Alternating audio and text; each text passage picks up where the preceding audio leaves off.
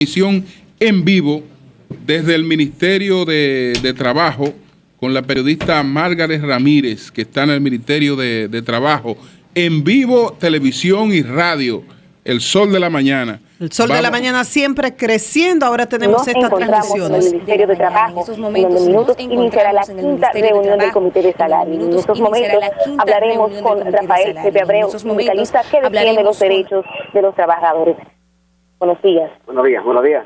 Don Pepe, si los empresarios no se acogen al pedimento de ustedes de un 30%, los empresarios no se acogen y vuelven a repetir que quieren, ¿qué harán ustedes? ¿Se retirarán de la mesa? Hay que decir lo siguiente, para el Sol, que es importante. Aún esa propuesta de 8%, los empresarios no la han hecho formalmente en el Comité Nacional de Salarios. De manera que esa propuesta es una especulación que solo se va a concretizar si los empresarios disponen a hacerla en el Comité Nacional de Salarios, porque ahí es que es oficial.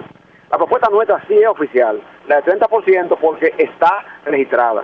El tema principal con el empresariado aquí en este momento está motivado por esa solicitud que ellos han hecho de pretender una reclasificación de empresa para determinar un reajuste a los mínimos diferente a la que está pautada en el Comité Nacional de Salarios. Esa propuesta puede ser evidentemente muy controversial y provocar que el retiro que nosotros hicimos la vez pasada pueda repetirse de nuevo. ¿Qué esperamos nosotros? Que si los empresarios van a llevar una propuesta, la lleven, pero retirando la propuesta que ellos han hecho de la reclasificación. ¿Y qué tomarán ustedes? ¿Qué harán ustedes entonces? ¿Cuáles serán sus propuestas para este día? Bueno, nosotros tenemos una propuesta que está definida. Nosotros consideramos que ante una propuesta como la que nosotros hemos hecho, si los empresarios no hacen propuesta o la hacen acompañada de una parte de ella que el movimiento sindical no está en condiciones de discutir, entonces el papel del Ministerio de Trabajo debe comenzar a aparecer. El papel de los vocales gubernamentales, entonces, tiene que aparecer en el escenario en capacidad de hacer proposiciones que conlleven entonces una negociación que no rompa lo que hasta ahora se ha venido sosteniendo, porque de lo contrario entonces nosotros acudiremos ya a la acción asamblearia para que sean entonces los trabajadores ya reunidos de una manera masiva lo que determinen el destino entonces que debe coger la lucha por el tema del aumento salarial. Hay que entender esto. Este proceso debió darse hace un año. Los empresarios barajaron, le dieron vuelta a la situación hasta que han llevado a los 2 años prácticamente de vigencia de la tarifa como era su estrategia. Lo más prudente sería que ellos, entendiendo eso, hagan hoy una propuesta seria, comenzando por retirar el pedido que ellos hacen de que se haga una reclasificación de empresa de una ley, la 488, que se votó en el Congreso Nacional, pero no se votó para los salarios, se votó para la política pública de los gobiernos frente a la pyme. ¿Y de esto no ocurrir, entonces cuáles serían sus acciones concretas? Bueno, nosotros entonces convocaríamos la mesa sindical, que es la mesa donde se reúnen las 3 centrales. Esa mesa sindical convocaría la asamblea, y entonces la asamblea decidiría cuáles acciones van a tomarse a partir de la actitud que en el día de hoy toman los empresarios. Lo más correcto es evitarle al país un ingrediente de convulsión, de pérdida de la paz laboral, pero la pelota está en mano, está en la cancha del empresariado y también del gobierno dominicano. Gracias, don Pepe. Nosotros continuaremos aquí en el Ministerio de Trabajo dando cobertura a esta reunión del Comité de Salario. Gracias a Margaret Ramírez en vivo desde el Ministerio de Trabajo. Gracias a Ramón Carmona por este gran servicio que le estamos brindando a la sociedad dominicana a través del Sol de la Mañana. De la mañana, reuniones, actividades importantes, noticias importantes serán cubiertas en vivo por el Sol de la Mañana. Con relación a esta reunión, yo creo que lo que nos esperan son huelgas. Sí. Lamentablemente, en cuanto al fondo, los empresarios tienen razón, pero ha habido fallas en cuanto a la forma. ¿Por qué? El año pasado, hace 2 años, aceptaron que los trabajadores aceptaran un porcentaje menor a lo que ellos pedían, con la condición de que el año se iba a revisar. Al año, dijeron los empresarios, eso es ilegal, porque la ley dice que los salarios mínimos deben revisarse cada 2 años, porque lo aceptaron hace 2 años, o sea, un irrespeto. Entonces, por eso algunos argumentan que ese aumento tiene que tener efecto retroactivo. Lo otro, lo de la propuesta formal, como dice Pepe Abreu, se supo el lunes que ellos hablan de un 8%, pero no han presentado esta propuesta formal. Es un irrespeto. Un grupo que se está reuniendo desde enero, llegar casi a junio, a mayo, sin una propuesta formal, un irrespeto. Y lo otro, lo de la reclasificación. ¿Tienen razón los empresarios? Sí, no puede claro haber que sí, en eso tienen razón. Salario mínimo para una microempresa y para una gran empresa. Pero ¿por qué ponen el tema ahora? ¿Por qué eso no se está discutiendo desde junio para que cuando se sentaran en enero ya eso estuviera debatido? Pero además la reclasificación no debe ser un tema del Comité Nacional de Salario. La reclasificación debe ser un tema fiscal, de impuesto interno, o debe ser un tema de regulación. Porque la reclasificación, en función de la reclasificación, tú entras o sales de diversas estructuras de subsidio y de estímulo, ¿entiendes? Lo que dijo Pepe Abreu, que es una ley que está para políticas públicas, no solo para el tema de salario. Sí. Bueno, son las 9:15 minutos. Estamos en el sol de la mañana. Ahora nosotros vamos a conversar con el subdirector técnico de aduanas, Gavino Polanco, que va a hablar con nosotros de la propuesta. Ya hay un proyecto de ley todavía, porque no lo ha aprobado la Cámara de Diputados. Es un proyecto de ley de iniciativa en el Senado que modifica la Ley General de Aduanas. Y Aduanas, pues, ha entendido que se trata de un intento de descabezar la Dirección General de Aduanas. Como el país, el público no entiende mucho de estas cosas, sería importante que le explicáramos en qué consisten estas modificaciones. No vayamos a los aspectos fundamentales, pero vamos a darle la bienvenida a Yolanda Martínez, que está por aquí. Buen día, chicos. Buenos días, Yolanda. Te han llegado algunos rumores por ahí que están circulando, pero rumores. Nada confirmado. Rumores, porque yo entiendo que cuando se produzca esa reunión no será para desacuerdo. Ellos no se van a reunir para el desacuerdo. Cuando se produzca es porque ya hay la posibilidad real de un acuerdo. Pero para sentarse y estar en desacuerdo no se van a reunir porque no hay necesidad de reunirse. Porque si yo sé cuál es la posición de María Elena y María Elena sabe cuál es la mía, no tiene sentido una reunión, a menos que no hayan aspectos en los que María Elena esté dispuesto a variar y yo dispuesto a variar. Sobre esa base los intermediarios ya saben más o menos cómo estamos afinados. Bueno, correcto. Ahí ya sí tiene sentido una reunión. Bueno, pero se deduce que la posición de ambos está bien distante. Pues no, y los legisladores los legisladores que ayer se declararon guardianes de la Constitución, como si fuera guardianes de la bahía. Ajá. Eso manda una señal, ¿no? Pero los contaste. Los contaste. Yo no los conté porque... Al principio eran más de 70. Después eran 61, más de 60. Después que más de 40. Y ayer yo vi en una foto con T28, la nota decía decenas. Decenas. O sea, porque evidentemente... ¿Y tú te pusiste a contarlo y todo eso? Yo sí. Claro. Oye, yo Saludo a Abinader Fortunato. Abinader Fortunato. ¿Hola?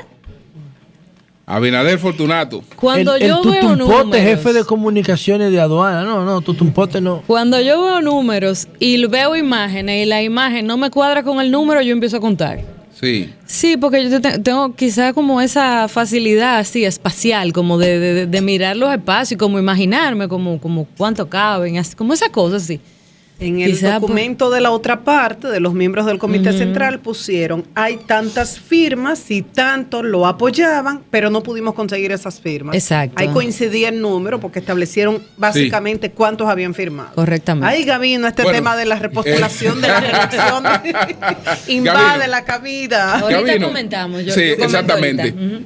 Realmente tú sabes que nos será difícil hablar de la ley en sentido general. Sí. Por eso yo creo que debemos concentrarnos en algunos puntos básicos de la ley para ver por qué la Dirección de Aduanas considera que esta ley es perjudicial y descabeza las aduanas.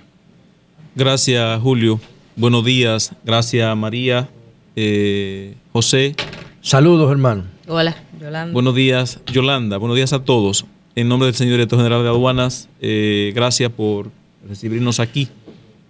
Como siempre, la receptividad que tienen con todos los funcionarios y el personal de la Dirección General de Aduanas. Y tenemos encargo del señor director de referirnos a este tema por las implicaciones que tiene con el presente y el futuro de la Dirección de Aduanas, una institución que ha venido haciendo esfuerzos muy puntuales para modernizar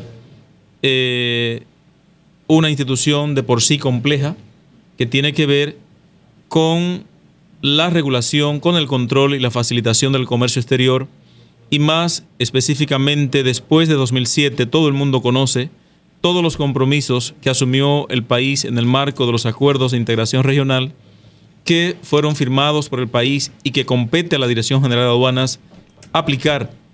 Si bien hay organismos estatales que tienen la administración de estos tratados,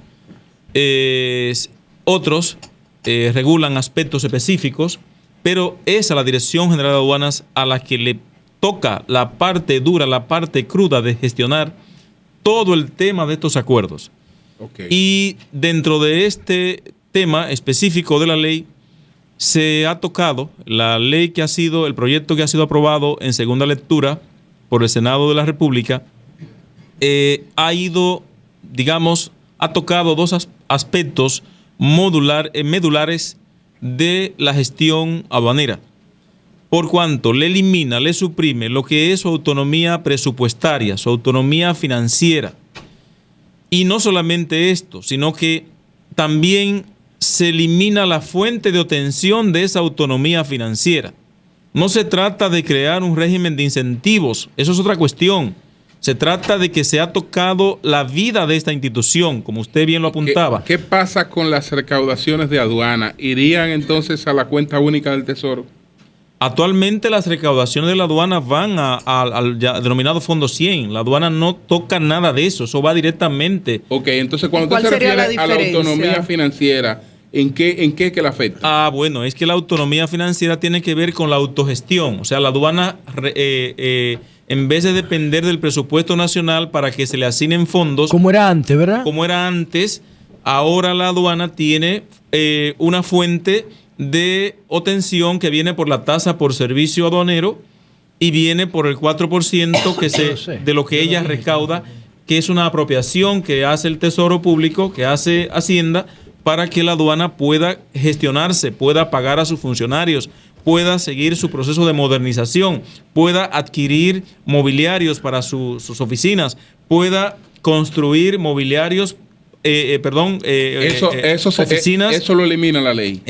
¿Cuándo empezó ese esquema que la ley quiere eliminar? Ese esquema inicia en 2006. Y del 2006 para acá, ¿cuáles son los resultados con ese esquema de autogestión y autofinanciamiento? Bueno, esos resultados son que la aduana, de tener oficinas inhabitables, invivibles para sus funcionarios y oficiales y para el público, hoy día tiene oficinas que todo el mundo conoce, prácticamente las principales aduanas del país, oficinas decentes, oficinas donde no hay nada que envidiar a lo que es la gestión privada de los bancos, por ejemplo. Y no es que quiera yo decir, porque sea parte de la Dirección de Aduanas, hablar de lo bueno. Pero en términos de resultado, la calidad recaudatoria, o sea, el laboratorio de aduanas, la estructura informática, construcción de oficinas, como decía, en las principales aduanas modernas, debidamente equipadas, debidamente habilitadas con tecnología de última generación, o sea, del siglo XXI. Tenemos un laboratorio que se acaba de construir, que está en su fase de ultimación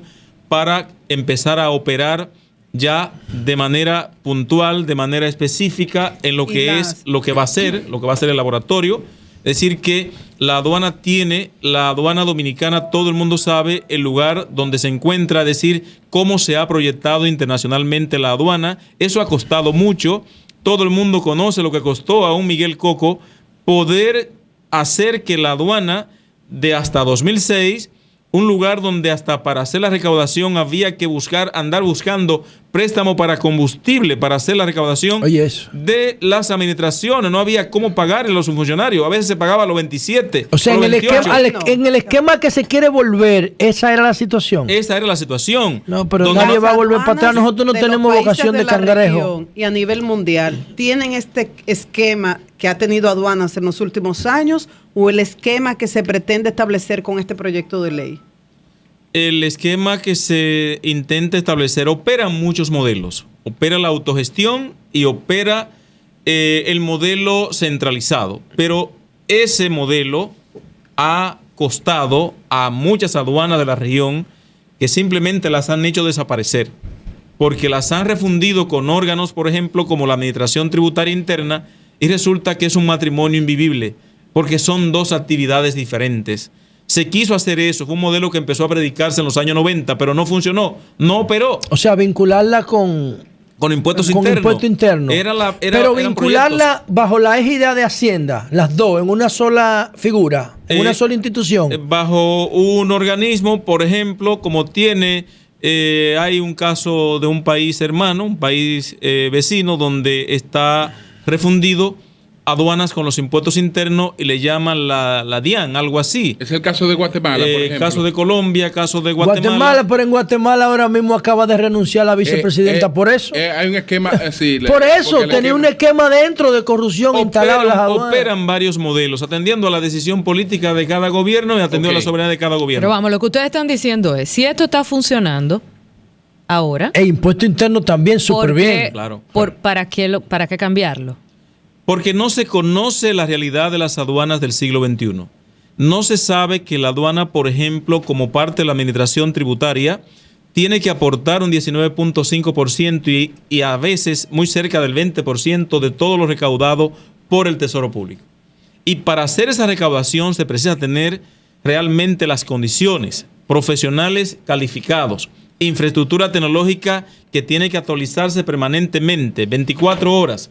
Tiene que haber oficinas adecuadas a esa realidad, adecuadas a esos requerimientos. Pero la aduana dominicana, a partir de 2006, asume responsabilidades en el marco de los acuerdos bilaterales. ¿Y ustedes no estuvieron entonces en la vista pública? ¿No hubo vista pública para este proyecto? ¿No se escuchó la dirección de aduanas estas observaciones de ustedes? En principio, la aduana estuvo participando con el sector privado en el proyecto sometido en 2012 por la administración de 2012, que estaba en la dirección general del proyecto originalmente sometido. Pero es que este proyecto que se aprueba ha sido truncado, ha sido modificado y, como decía a inicio, toca los aspectos modulares que han sido la base de la modernización y reforma de la aduana que tenemos de 2006 a la fecha, o sea, una aduana del siglo XXI. Hay que solamente buscar el posicionamiento de la aduana dominicana a 2015. Y lo que se espera para 2016 es que nos coloquemos dentro de las 15 principales aduanas del mundo, y para eso hay que trabajar, hay que tener las condiciones, porque nosotros estamos sometidos a encuestas que nos hace, por ejemplo, de indicadores de gestión, la Organización Mundial de Aduanas. Nos los hace, por ejemplo, la OMC. Y esto no es que cuando se nos ocurre, no, es que cada 3 meses nos están evaluando. Y para eso hay que tener gente debidamente formada, profesionales calificados. Y nadie va a ir a pasar 10 o 12 horas en una oficina pública para soportar allí todo lo que supone. Sí, además del aspecto de la autonomía presupuestaria, sí. ¿Qué otro aspecto la ley desconoce o cambia? Bueno, esto de la autonomía presupuestaria y la fuente, por supuesto, de la obtención de esa autonomía. Okay. Se suprime todo esto, es decir, el 4% que se le asigna a la aduana para el presupuesto de pago de sus funcionarios. O sea, el 4% de las recaudaciones están destinados a la administración y a la gestión de aduana. Eso es el 4% de la ley. Pero la aduana 96. Se paga a sí misma. Es decir, se autogestiona. Claro. Hay una autogestión y la tasa por servicio que es algo mínimo, una tasa específica que incluso ha sido homologada. Entonces por la podemos OMC. resumir todo este debate en que es el 4% que aduana administra para su gestión de lo que recauda que se lo quieren quitar. Para que la gente tenga una idea práctica de esto, ¿no? Sí, le quieren suprimir, toda esa fuente. Además del financiamiento, también le quieren quitar la autonomía que la ley actual le da, aparte del financiamiento. Es correcto. La autonomía financiera, la autonomía presupuestaria, porque la autonomía de las demás cosas, de que puede hacer contratos, de que puede tomar decisiones técnicas, administrativas, eso es... Ya, sí. Como decíamos, le quitamos la cabeza y le dejamos el cuerpo. Cuando vemos ¿Quién somete? Los legisladores que introdujeron el proyecto, son tantos que ni siquiera podemos mencionarlos. Vamos a leerlo todo, porque eso es una contrarreforma. Tommy Galán, Bieluf, Félix Nova, Wilton Guerrero. Bueno, es larga. Yo creo que están casi todos. Ojalá que podamos comunicarnos con uno de esos legisladores a ver cuál es la base de esta propuesta. En base a lo que explicas, que eso afectaría a aduanas. Lo que está bien no es en broma. Hay desconocimiento. Es uno de los mejores capítulos. Con lo que la aduana hizo con Barry, perdóname, Marilena. ¿Cómo funcionan las aduanas actualmente? 1, desconocimiento. 2, aduanas está recaudando mucho dinero. Nosotros podemos disponer de ese dinero para necesidades que tiene el gobierno. O 3, uno habla de aduanas y recuerda lo que pasó con los couriers, con las compras por internet, la posición que mantuvo el director de que ante un fallo del Tribunal Constitucional, ante un eventual fallo, él prefería renunciar, si eso tiene que ver con posiciones, digamos, categóricas, radicales de la institución.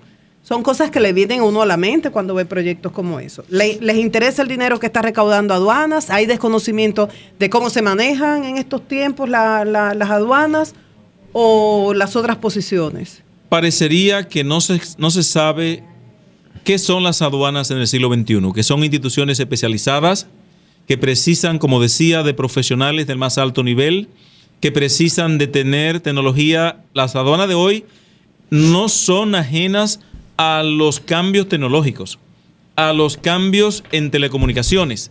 Las aduanas no son ajenas a los cambios que se producen en las tecnologías informáticas.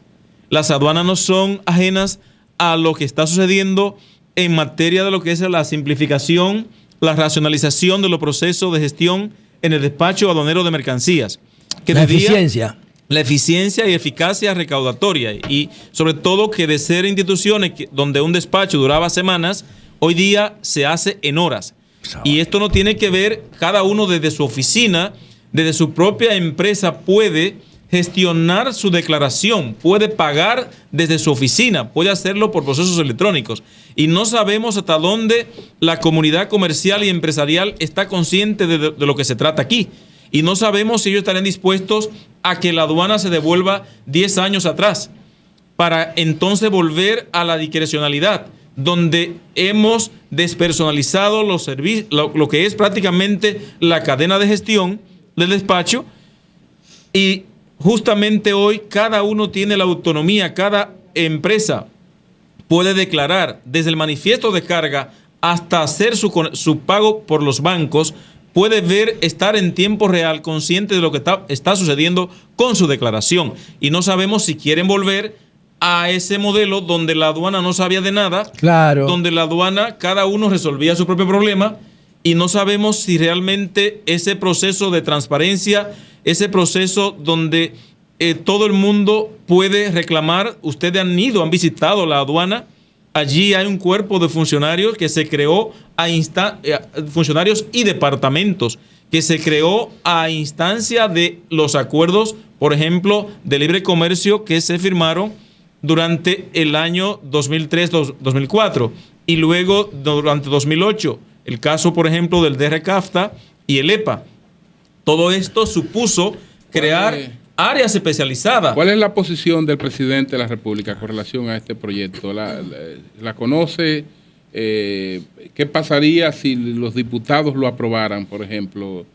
este proyecto. Pero cuando tú dices que sí, los diputados lo aprobaron, no, fue sometido en el Senado. Sí, ya fue aprobado en el Senado. Que en el Senado ahora, lo aprobaron en primera lectura. En 2 lecturas, ya iría, en 2. Ya iría. Va a la Cámara. ¿Cómo aprueban un proyecto tan sensible así, sin debatir eso suficientemente? Honestamente, yo no sabía de ese proyecto. ¿Sí? ¿Ustedes sabían de eso? ¿Ustedes sabían? Bueno, por las noticias, por la Pero reacción del director. Eso no se debatió lo suficientemente, porque es una contrarreforma eso, ¿no? Es correcto, y es peor. Esto sería decirle, por ejemplo, a los inversionistas que pueden hoy día ir a la dirección de aduanas y tener un cuerpo de oficiales. El doing business, el informe doing business, echarlo para atrás a nosotros. A todos los que nos observan que la aduana dominicana está retrocediendo y que todas las reformas que se hicieron a instancia de lo que es la actual base jurídica que tenemos, que la DGA ha dicho que con esa infraestructura legal se han podido hacer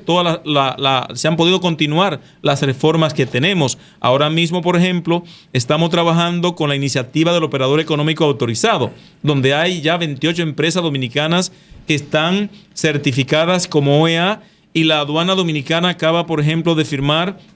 ¿Qué significa la certificación OEA? Bueno, el OEA es el llamado operador de confianza. Es decir, ustedes no lo explicaron allá, que eso le exime de muchísimos trámites porque está certificado. Claro, porque se ha hecho auditoría de gestión de esa empresa y se ha observado que opera bajo un sistema de calidad, y por tanto la DGA confía en que lo que está declarando es correcto, en que su gestión es transparente, es responsable, no hay subvaluación, no están metidos en líos de contrabando, no están metidos en líos de fraude, no tienen historial delictivo, y justamente dentro de esto están empresas multinacionales, nacionales, de la más alta calificación. Pero además de esto, la aduana dominicana está ahora en una fase de proceso de reconocimiento mutuo. Se acaba de firmar un acuerdo de reconocimiento mutuo con otros países y otras aduanas. La tercera aduana más moderna del mundo. Y esta gente ha venido porque se le ha hablado, se le ha presentado estos indicadores, se le ha mostrado lo que es la aduana dominicana, y ellos, confiados en esto, han firmado un acuerdo. ¿Y ese acuerdo qué implicaría? ¿Una homologación de servicios, de tratamiento? De los mismos privilegios que tienen los operadores dominicanos que han sido certificados, las empresas, por ejemplo, licoreras, las empresas que exportan textiles, calzados. Todas estas empresas, cuando lleguen a Corea, por ejemplo, tendrán el mismo trato. Una desaduanización más rápida, más eficiente, más ágil, porque están certificadas y dentro del acuerdo, ¿no? Y electrónicamente se le valida lo que es su declaración, su gestión, es correctísimo, antes de someterla a un proceso tortuoso, incómodo, difícil. Pero ahora mismo se está trabajando con lo que será el reconocimiento mutuo con las aduanas norteamericanas. Se está en ese proceso. Entonces no es cualquier cosa que estamos hablando. Claro. Las aduanas de hoy, darle un reconocimiento, quieren echar para atrás todo lo que truncarle justamente la gestión. Esto lo que refleja es que no se conoce lo que son las aduanas de hoy, y se ha partido de supuesto que se tienen de lo que debería o pudo ser la aduana. Ahora, Gabino, una pregunta, Julio, permítame, quizás la última de mi parte. ¿Cuál fue la motivación en términos técnicos o gerenciales que tuvieron los que sometieron ese proyecto? ¿Por qué ellos hacen eso? Porque tienen que escribirlo ahí considerando tal vaina, considerando tal. Considerando, ¿qué es lo que ellos dicen? Ok, en honor a lo justo, el proyecto se somete en 2012, agosto de 2012, la administración de ese momento somete el proyecto al Ejecutivo, y el Ejecutivo lo somete, por supuesto, al Congreso. La administración de aduanas de ese momento. De ese momento. Rafael Camilo. Exacto, de ese momento. Sí. Entonces, la idea era justamente adecuar algunos aspectos de la legislación aduanera del momento para alinear algunos aspectos que se entendía debía hacerse en ese momento. Pero luego que el proyecto llega allí, se somete, por supuesto, a las opiniones, a las ideas de cada sector. Y cuando se está trabajando, por ejemplo, se está conociendo el régimen sancionador, ahí se produce un tranque. En cierta medida, la DGA mantenía una postura en el sentido de que no se modificasen aspectos vitales de la actual ley 226. ¿Qué pasa? Que este proyecto deroga completamente la ley 226. Deroga, por supuesto, la 3489, que es la del 53. Pero la que tenemos, la que le da la autonomía, es la ley 226. 226. Entonces la actual administración dice, si tenemos una ley que nos está funcionando, que está... Perdón, ¿226 de qué año? 226 del año 2006. Sí. Okay. Cuando empezó la reforma. Claro. Sí. Entonces, si tenemos una ley que nos está funcionando adecuadamente, que nos sirve para poder trabajar sin perturbaciones, ¿por qué modificarla? Y la DGA entonces entiende que no hace falta un proyecto, una ley nueva. Y ahí paran las cosas. Pero ahora, de buenas a primera, tenemos que esto se aprueba. Y para nosotros fue una sorpresa porque esto surge como de la nada.